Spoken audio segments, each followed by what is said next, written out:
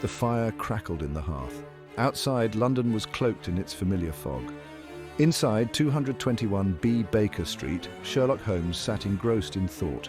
Papers lay scattered across his desk, remnants of a recent case. A quiet tension filled the air, broken only by the rhythmic scratching of Dr. Watson's pen. Suddenly, a sharp rap on the door. Mrs. Hudson ushered in a young messenger, his face flushed from the cold. In his hand, he held a single envelope addressed in a shaky hand. Holmes, his gaze sharp, instantly recognized the sender, Detective Charles Warren, an old acquaintance from his days in America. The letter bore no pleasantries, only a desperate plea. A series of murders, Warren wrote, was plaguing the northeastern United States and Canada. The details were chilling, grotesque, ritualistic killings, unlike anything Warren had ever encountered. The local police were baffled.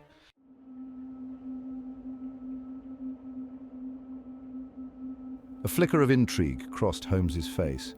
He scanned the letter once more, his mind already piecing together the puzzle.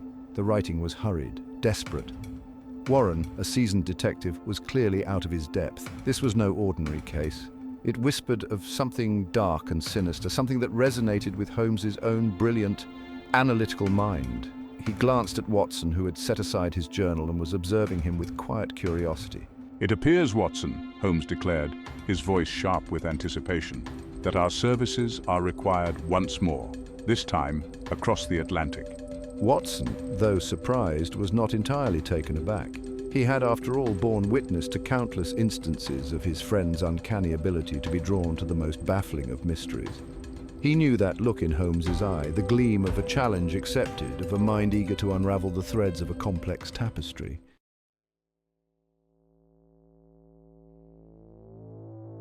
Within the hour, bags were packed, arrangements made. The familiar bustle of departure filled 221B Baker Street. As the carriage rattled through the fog-laden streets towards the docks, a sense of foreboding hung heavy in the air. London, with its familiar sights and sounds, faded into the distance. Ahead lay the vast expanse of the Atlantic, and beyond it a mystery waiting to be unraveled. The voyage was, for the most part, uneventful. Yet a palpable tension thrummed beneath the surface. Holmes, lost in thought, paced the deck, his mind awhirl with possibilities. He studied the few scant details contained in Warren's letter, committing them to memory, searching for any clue, any thread that might lead him closer to the heart of the mystery.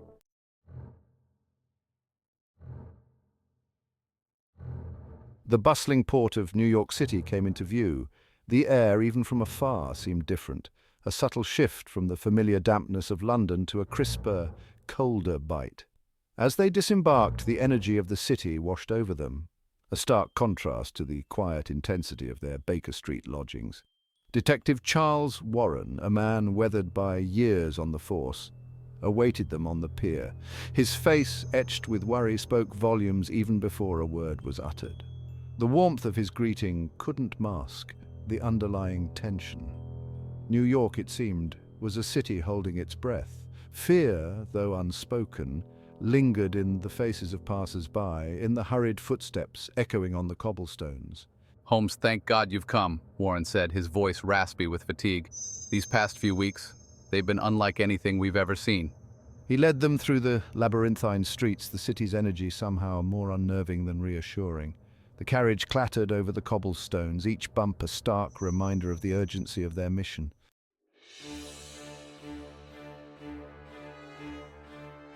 The latest crime scene was a stark tenement building, its once bright facade now grimy and shadowed. The air inside was thick with the smell of stale fear and something else, something indefinable yet unsettling. Holmes, his senses alert, absorbed every detail. The disarrayed furniture, the spattered bloodstains, the lingering silence that spoke of a life brutally extinguished. He moved with an almost preternatural grace, his keen eyes missing nothing. A shattered teacup, its delicate pattern incongruous against the brutality of the scene. A single leather glove discarded near the overturned chair, its mate nowhere to be found. And then the victim. The sheer brutality of the murder sent a chill down Watson's spine.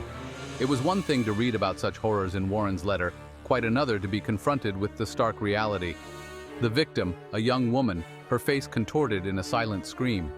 But it was the markings on her body that truly unsettled him.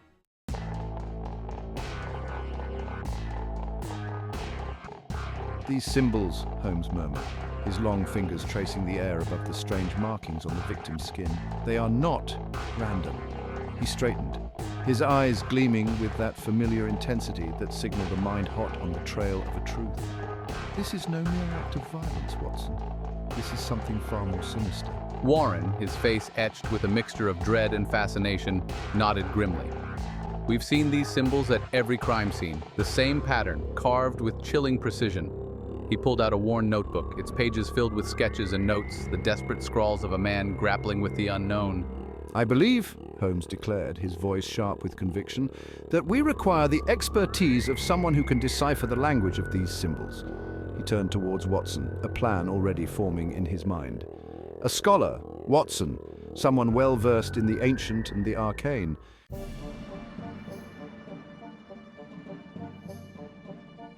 The train journey to Boston was a blur of shifting landscapes and hushed conversations. Holmes, lost in thought, barely touched his tea, his mind a whirlwind of symbols and deductions. Watson, ever observant, watched his friend, his own thoughts a mixture of apprehension and fascination. He had learned long ago that when Sherlock Holmes was this deeply absorbed in a case, the world around him faded into insignificance. Upon arriving in Boston, they were met by a crisp autumn air and a palpable sense of anticipation.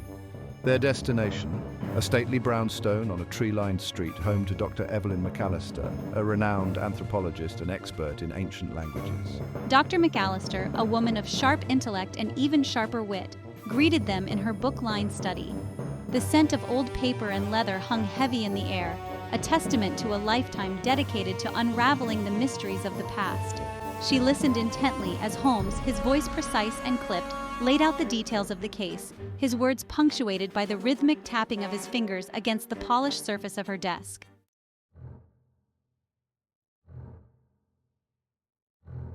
Section 2. Unmasking the Symbols. With a steady hand, Dr. McAllister examined the photographs and sketches Holmes had brought with him. Her brow furrowed in concentration, her eyes, magnified by a pair of spectacles perched precariously on her nose, scanned the intricate details of the symbols. The silence in the room was broken only by the ticking of an ornate grandfather clock in the corner. These symbols are of Aztec origin. They are not merely decorative, Detective Holmes. They are part of a death ritual, a ceremony intended to appease, or perhaps even summon, dark forces. A chill ran down Watson's spine.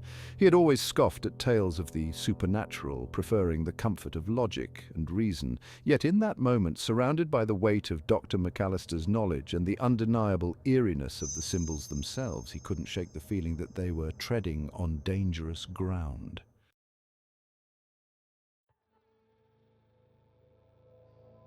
Holmes, however, remained unfazed. He listened intently to Dr. McAllister's explanation, his mind already racing ahead, connecting the dots, forming new hypotheses with each piece of information.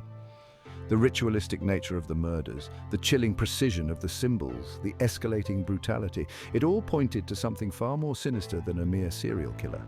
Can you tell us more about this ritual, Dr. McAllister? What is its purpose, and who or what is it intended to summon? Dr. McAllister hesitated, her gaze flickering to the ancient tomes lining her shelves, as if seeking guidance from the wisdom contained within their pages. The ritual is an ancient one, shrouded in myth and legend. It is said to be a pact, a bargain made with forces beyond human comprehension. Holmes and Watson listened intently to Dr. McAllister, their faces illuminated by the soft glow of the lamplight, a sense of urgency growing in the room. And the price of such a pact? What is it that these forces desire? The complete annihilation of this world as we know it, and the ushering in of something else.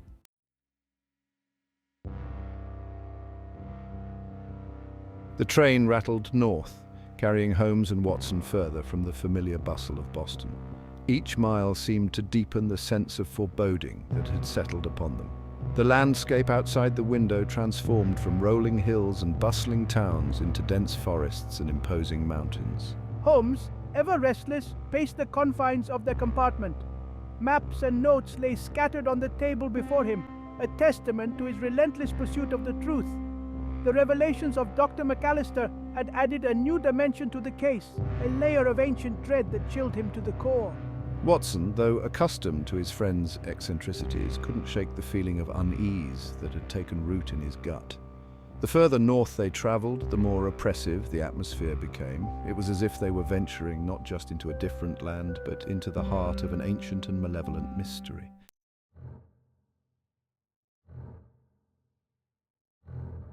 "There is a pattern here, Watson," Holmes declared, his voice sharp with excitement, breaking the silence that had settled between them. He stood before a map of northeastern America, his long fingers tracing a line that snaked its way northward, connecting each of the murder sites with unsettling precision. The killer, or whatever force guides his hand, is moving with purpose, Holmes continued, his eyes gleaming with that familiar intensity. Each murder, each symbol, it's all part of a larger design, a terrifying tapestry woven with the threads of madness and ancient evil. Watson leaned closer, his gaze following the path Holmes had traced. A chill ran down his spine as he realized the terrifying truth. The murders, seemingly random acts of violence, were anything but. They were meticulously planned, each one a step closer to... What? The thought sent a shiver down his spine.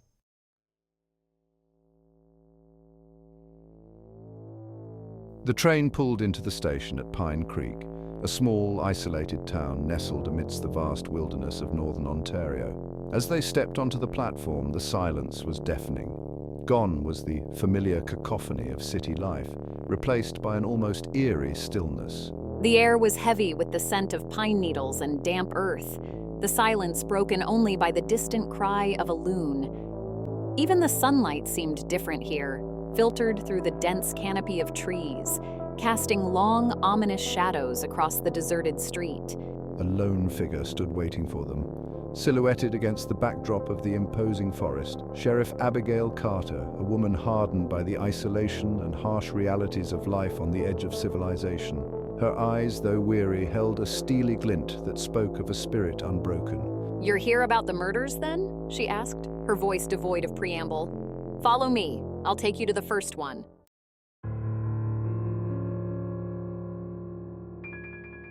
Pine Creek was a town that felt forgotten by time.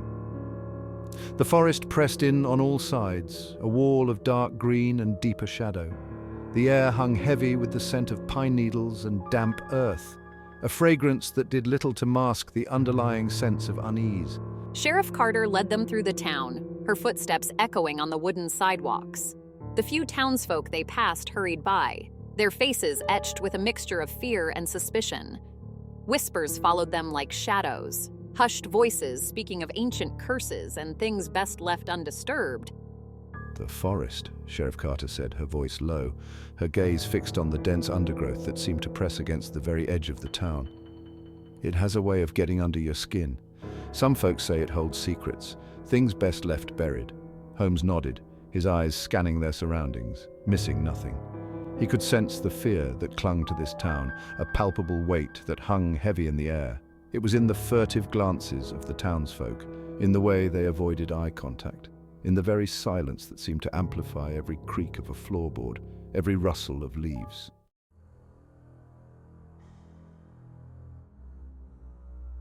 The first murder had taken place on the outskirts of town in a small ramshackle cabin. The victim, a lumberjack named Jedediah Smith, had been found sprawled on the floor, his body contorted at an unnatural angle, the same chilling symbols carved into his flesh.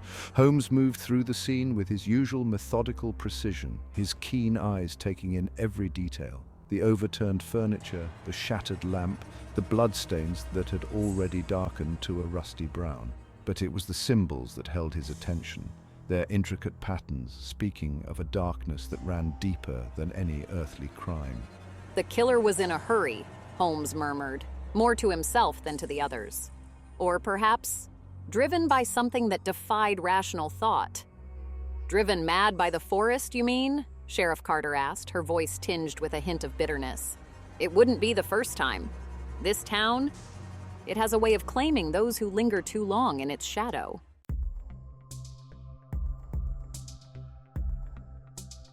As darkness fell over Pine Creek, the tension in the air crackled like static. Holmes, Watson, and Sheriff Carter had set up a makeshift headquarters in the sheriff's office, a small, sparsely furnished room dominated by a large map of the surrounding area. The murders had followed a pattern, a spiral that seemed to be closing in on the heart of the town. Holmes was convinced that the killer would strike again, and he was determined to be ready. "We need to draw him out," Holmes declared, his voice sharp with urgency. "Create a target. Something or someone irresistible to his dark purpose." The plan was audacious, bordering on reckless, but Holmes, his mind a whirlwind of deductions and possibilities, was certain it would work. He would use himself as bait, venturing out into the night, into the heart of the darkness that had claimed so many lives. As Watson listened to his friend's plan, a cold dread settled in his stomach. He had never seen Holmes so driven, so consumed by a case. It was as if he was engaged in a personal duel with the forces of darkness, and Watson feared what the outcome might be.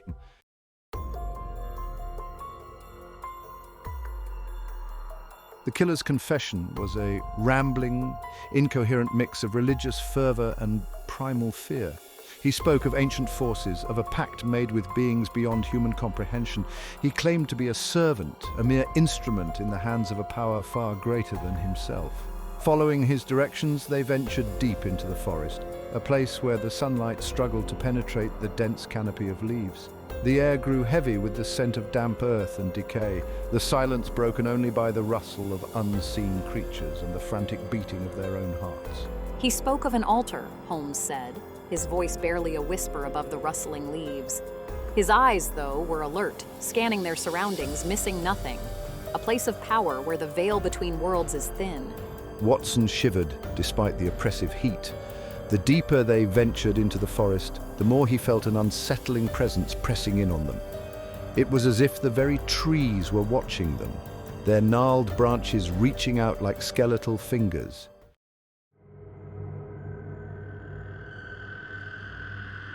They emerged into a clearing, a circle of barren ground amidst the towering trees. In the center stood an ancient altar, its rough-hewn stones covered in moss and lichen. The air here hummed with an unseen energy, a palpable sense of something ancient and profoundly wrong. And then they saw them, the symbols. Carved into the surface of the altar, identical to those found on the victims. But here, in this place of power, they seemed to pulsate with a life of their own, as if imbued with a dark and terrible purpose. As Holmes approached the altar, his hand hovering over one of the symbols, a low growl echoed through the clearing. A figure emerged from the trees, his eyes blazing with a fanatic light, a blood-stained knife clutched in his hand. "You will not desecrate this sacred ground!" the man roared, his voice a mixture of rage and despair. "The ritual is almost complete. The darkness, it is coming!"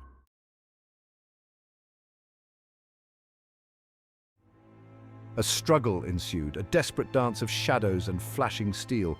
Watson, his heart pounding in his chest, watched in horror as Holmes, his movements unnaturally swift and silent, disarmed the attacker with a swift, precise movement. Sheriff Carter moved to restrain the man, her face a mask of grim determination, but it was Holmes who held their attention, his gaze fixed on the altar, his brow furrowed in concentration. "It's not him," Holmes said, his voice hushed with a mixture of awe and dread. "He's just a pawn. A puppet dancing on a string." "What are you talking about, Holmes?" Watson asked, his voice barely a whisper. Holmes turned to him, his eyes wide with a chilling realization. "This isn't about the murders, Watson," he said, his voice trembling with a newfound fear. This is something far older, far more powerful than we could have ever imagined."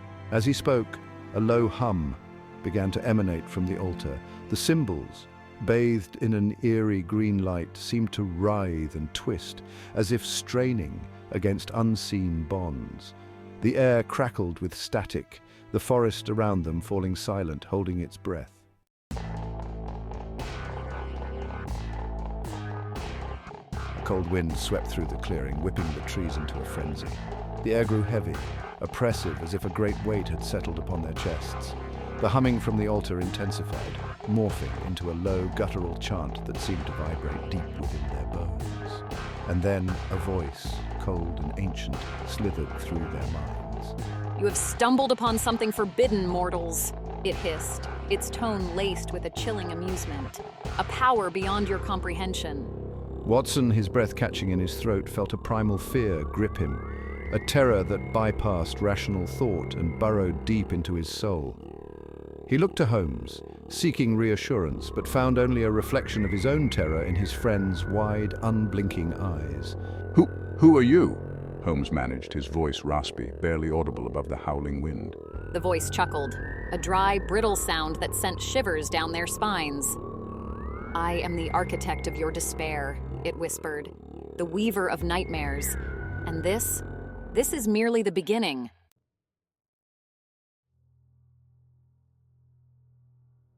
The vortex above the altar solidified, taking on a vaguely humanoid form, its edges flickering and shifting like flames. Two eyes, burning with an infernal light, stared down at them, filled with an ancient hunger. You have a choice to make, detective, the entity boomed, its voice echoing through the clearing. Destroy the altar and sever the link I have forged to this world. But know this, the consequences will be severe, or pledge yourselves to my service and share in my power. Holmes, his face pale but his gaze resolute, met the entity's gaze without flinching. He knew with chilling certainty that this was not a bluff. The power radiating from the creature before him was unlike anything he had ever encountered, ancient and malevolent, capable of unimaginable destruction. He looked at Watson, his loyal friend and companion, and saw the same fear mirrored in his eyes. But he also saw a steely resolve, a shared understanding that some lines once crossed could never be uncrossed.